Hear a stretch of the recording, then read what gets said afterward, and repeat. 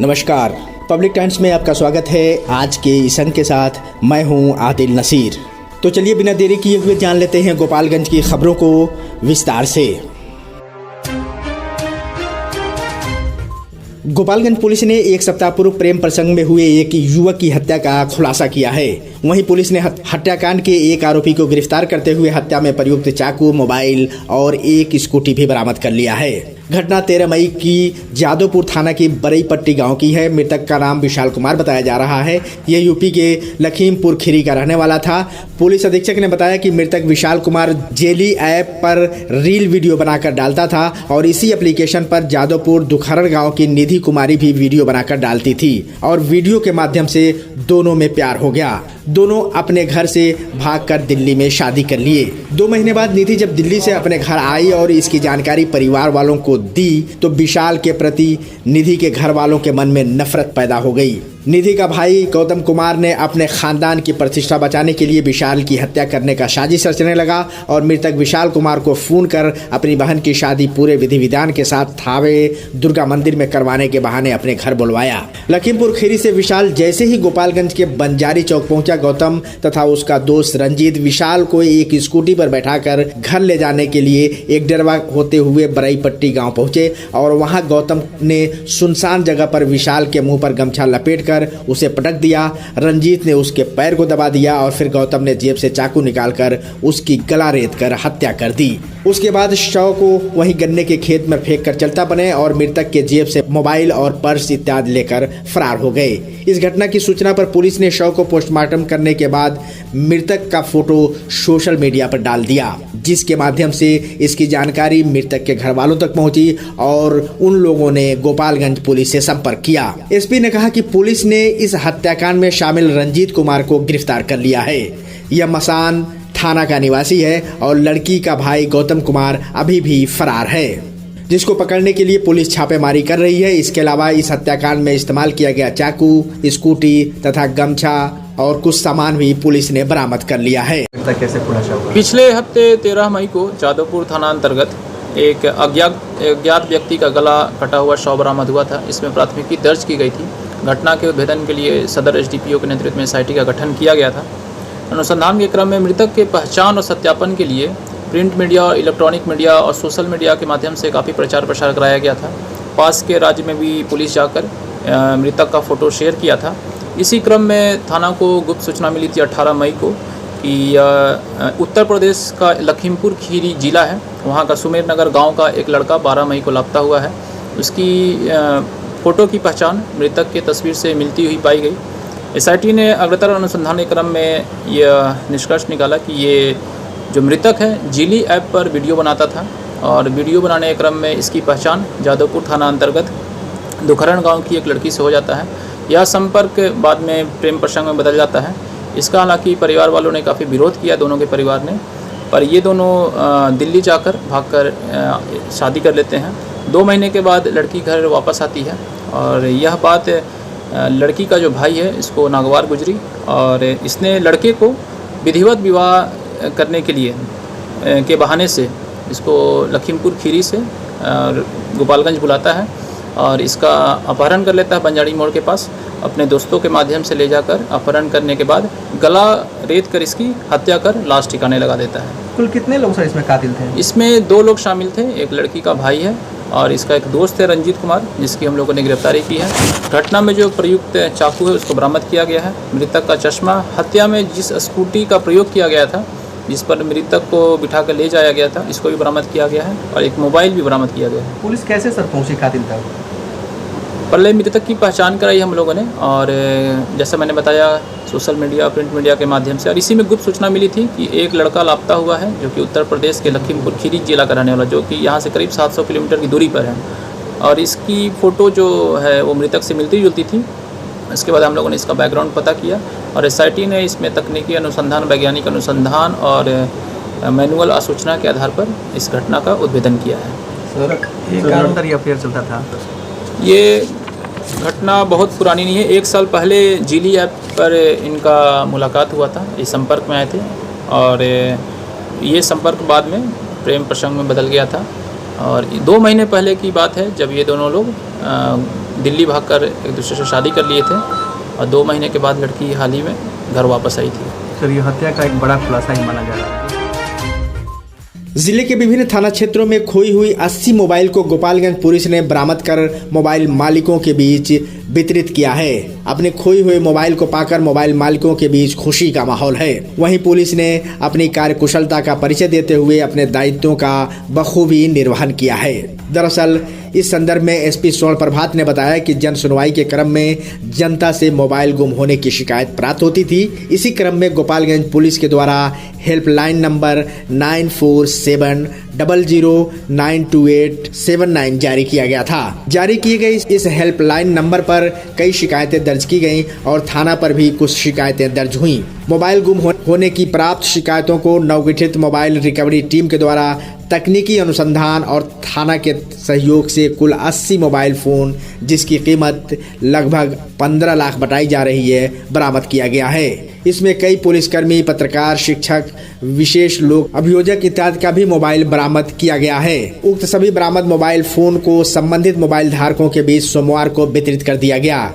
SP स्वर्ण प्रभात की ये पहल दूसरे फेज में काफी कारगर साबित हुई है। पहले फेज में 52 मोबाइल बरामद किए गए थे, वहीं दूसरे फेज में 80 मोबाइल बरामद किया गया है और बरामद मोबाइल को मालिकों को कार्यालय में बुलाकर उनके हवाले कर दिया गया। मोबाइल मालिक अपने मोबाइल पाकर बहुत खुश हैं और इस कृत्य के लिए पुलिस विभाग को धन्यवाद देते हुए नहीं थक रहे। जिले में मोबाइल रिकवरी टीम का गठन किया गया था, उसका आज दूसरा फेज है और इस दूसरे फेज में करीब 80 मोबाइल बरामद किए गए हैं। अनुमानित कीमत जिसकी करीब 15 लाख है और इसमें से कई मोबाइल हमारे पत्रकार बंधु और एक शिक्षक, विशेष लोक अभियोजक और हमारे कई पुलिस कर्मियों के भी हैं और उनको आज बुलाया गया है और सबको मोबाइल वापस दिया जा रहा है। सर कुल कितने मोबाइल हैं? और कुल 80 मोबाइल बरामद किए गए हैं। कितनी कीमत होगा सर? और कुल कीमत इसकी 15 लाख है। छोटी सी आंखों में पूरी दुनिया को देखने का हुनर होता है, तो इसकी देखभाल बिल्कुल सावधानी से। हम हैं Titan world and Titan I plus exclusive Titan showroom, जहां कंप्यूटर द्वारा निशुल्क आंखों की जांच। अनुभव करें हमारे 20 स्टेप्स त्रुटिहीन घड़ियों और चश्मों के स्टार्टिंग प्राइस 599 से। तो आज ही आइए Titan world and Titan I plus, DAV high school के सामने, स्टेशन रोड, गोपालगंज।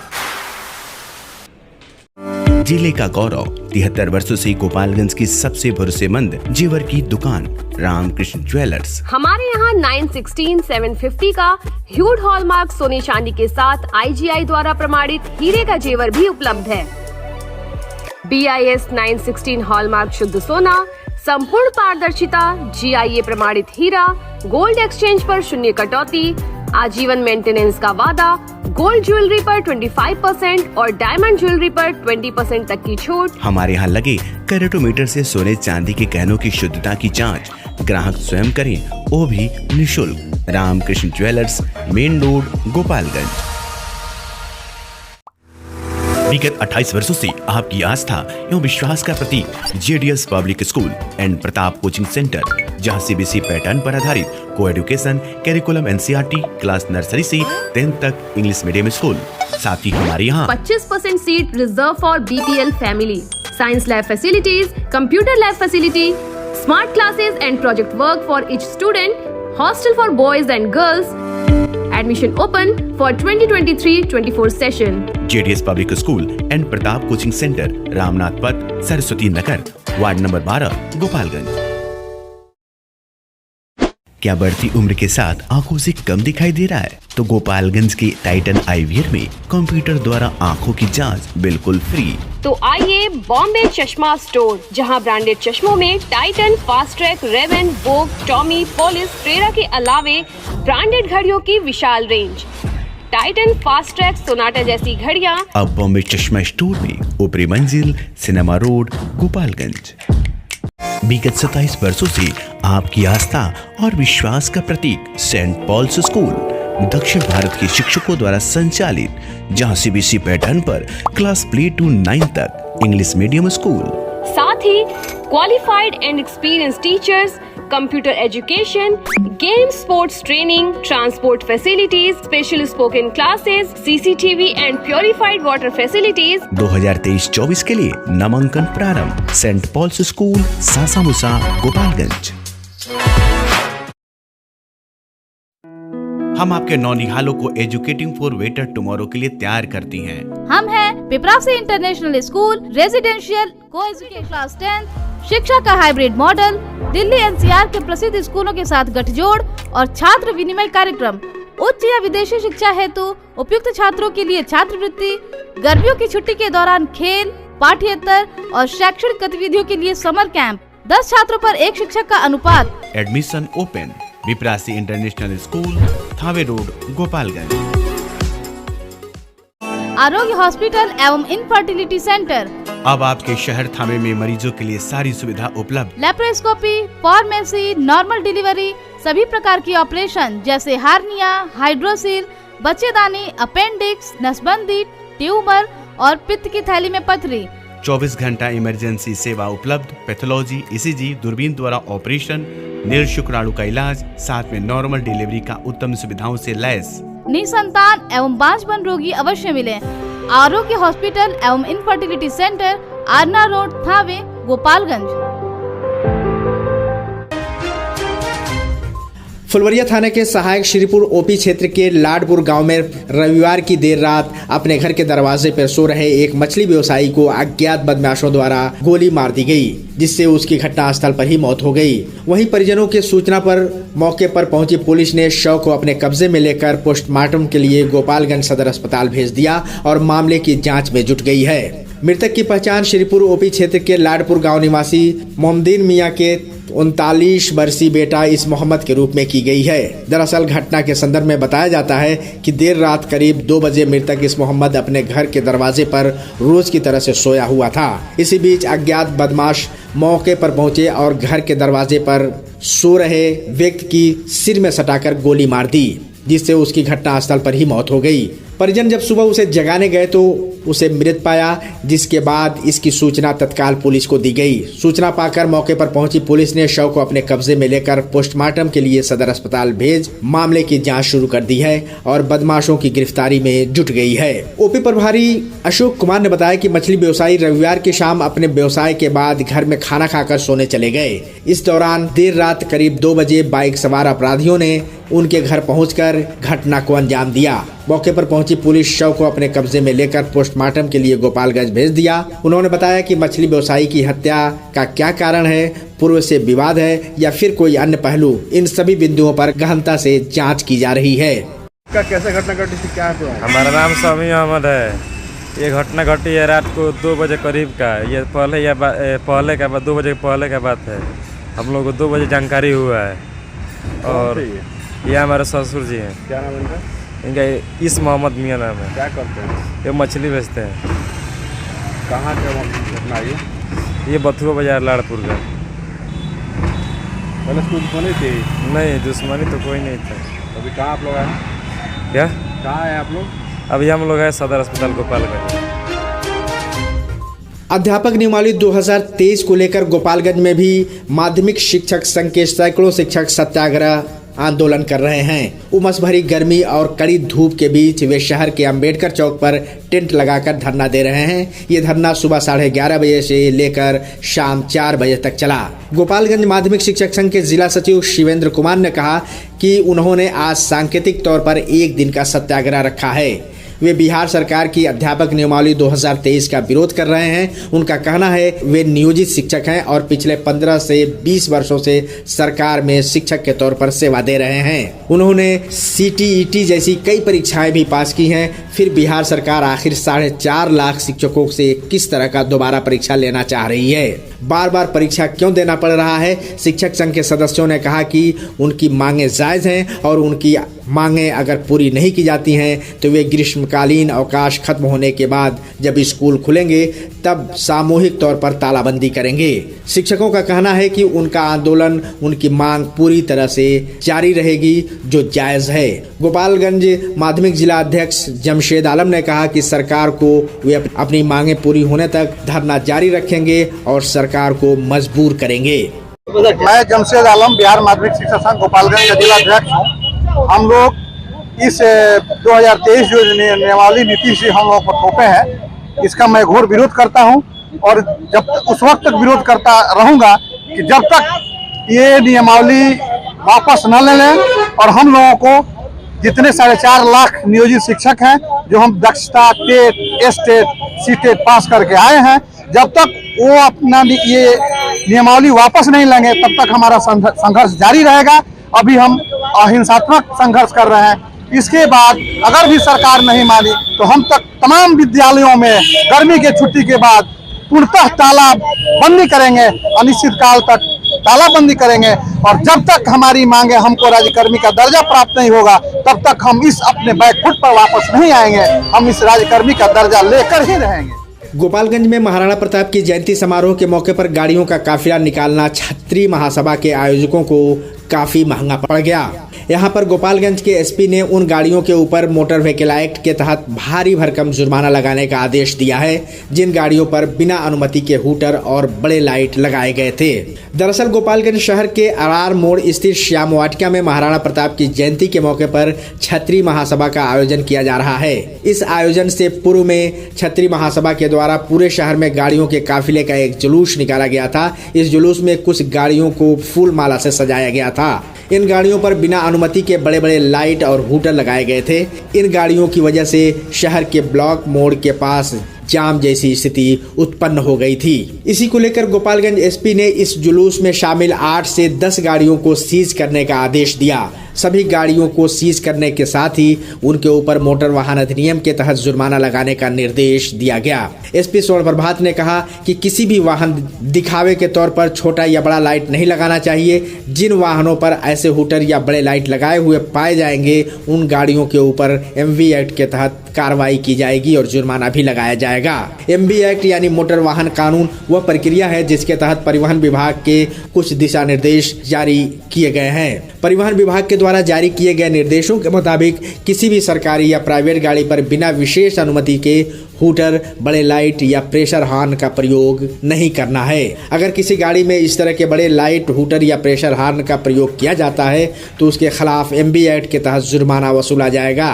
प्राविधान के मुताबिक जुर्माना 2000 रुपए से लेकर 10,000 रुपए तक हो सकता है।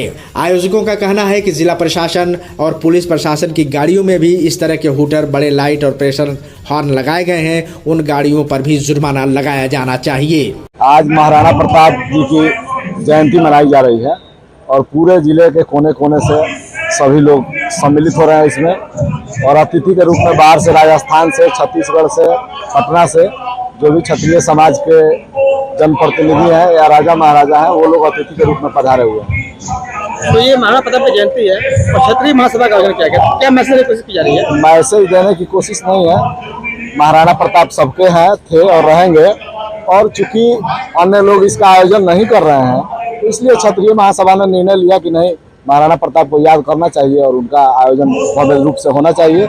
आज शहर में शोभा यात्रा भी निकाली गई, उसमें भी हजारों लोग थे और अभी सभा में आप लोग भी उपस्थित हैं, काफी लोग आए हुए हैं और एक मैसेज देना है कि महाराणा प्रताप के जीवनी को लोगों को बताया जाए और उनके उद्देश्यों पर चलने का संकल्प लिया जाए। यही इस सभा का उद्देश्य है। मुख्य अतिथि के रूप में आए हैं। मुख्य अतिथि के रूप में हम लोगों के यहाँ जसपुर के महाराज जो है विक्रमादित्य सिंह जुदेव जी हैं, प्रतापगढ़ के पूर्व सांसद और अखिल भारतीय क्षत्रिय महासभा के कुंवर हरिवंश सिंह हैं, बिहार में राजद के कदावर नेता और एमएलसी बिस्कोमान के अध्यक्ष सुनील सिंह जी हैं, मोतिहारी के एमएलसी महेश्वर बाबू हैं, पुलिस एसोसिएशन के अध्यक्ष हैं मृत्युंजय बाबू, नीरज जी हैं प्रदेश अध्यक्ष हैं क्षत्रिय महासभा के और मखाना किंग हैं राघवेंद्र सिंह राजू जी, ठाकुर अनूप सिंह जी हैं सन्मार्ग के डायरेक्टर। तो ये तमाम लोग आए हुए हैं और सभी लोग अपना विचार रख रहे हैं।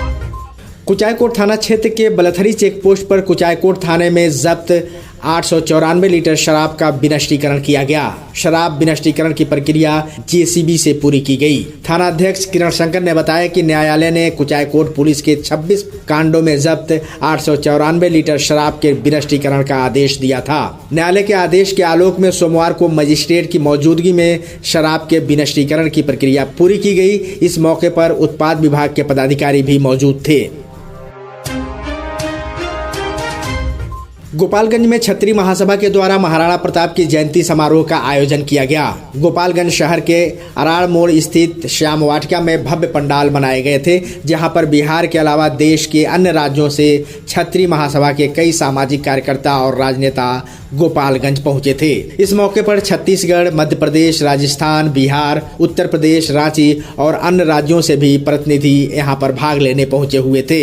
छत्री महासभा के आयोजक पंकज सिंह राणा ने बताया कि महाराणा प्रताप की जयंती आज है और उनकी जयंती समारोह को किसी भी दल, संगठन या सामाजिक संगठन के द्वारा बड़े पैमाने पर नहीं मनाया जाता है, जिसकी वजह से छत्री महासभा के द्वारा राणा प्रताप की जयंती को गोपालगंज में भव्य और बड़े पैमाने पर मनाने का निर्णय लिया गया है। उन्होंने बताया कि छत्री महासभा में कई राज्यों के राजघराने के लोग शामिल हुए हैं, जबकि बिहार के कई जनप्रतिनिधि, रांची, झारखंड, राजस्थान, मध्य प्रदेश, उत्तर प्रदेश से भी लोग शामिल होने के लिए आए हुए हैं। इस महासभा में जसपुर के महाराज विक्रमादित्य जी भूदेव, प्रतापगढ़ के पूर्व सांसद Harivansh Singh, Rajad MLC Sunil Singh, Motihari MLC Maheshwar Singh, police association के अध्यक्ष मृत्युंजय सिंह, पूर्व विधायक और जदयू प्रदेश उपाध्यक्ष मंजीत सिंह, मखाना किंग राघवेंद्र सिंह, राजू भाजपा विधायक राम प्रवेश राय सहित कई लोग शामिल हुए।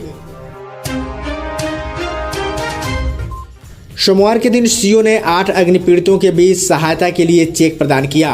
सीओ रजत वर्णवाल ने बताया कि प्रत्येक अग्नि पीड़ितों को सहायता के लिए 9800 रुपये का चेक प्रदान किया गया। उन्होंने बताया कि उपेंद्र माझी, कृष्णा माझी, राकेश शर्मा, धुरेंद्र शर्मा, धर्मेंद्र माझी की पत्नी प्रेमशीला देवी, रामेंद्र माझी की पत्नी शीला देवी, नारायण माझी की पत्नी कांति देवी और जीतन माझी के मां शांति देवी को 98,100 का चेक वितरित किया गया। विदित हो कि 11 अप्रैल को सेमरा पंचायत के भेड़िया वार्ड नंबर 13 में खाना बनाने के दौरान आग लगने से आवासीय झोपड़ी सहित अन्य सामान जलकर राख हो गए थे। मौके पर सीआई इंद्रमल राम आदि मौजूद थे।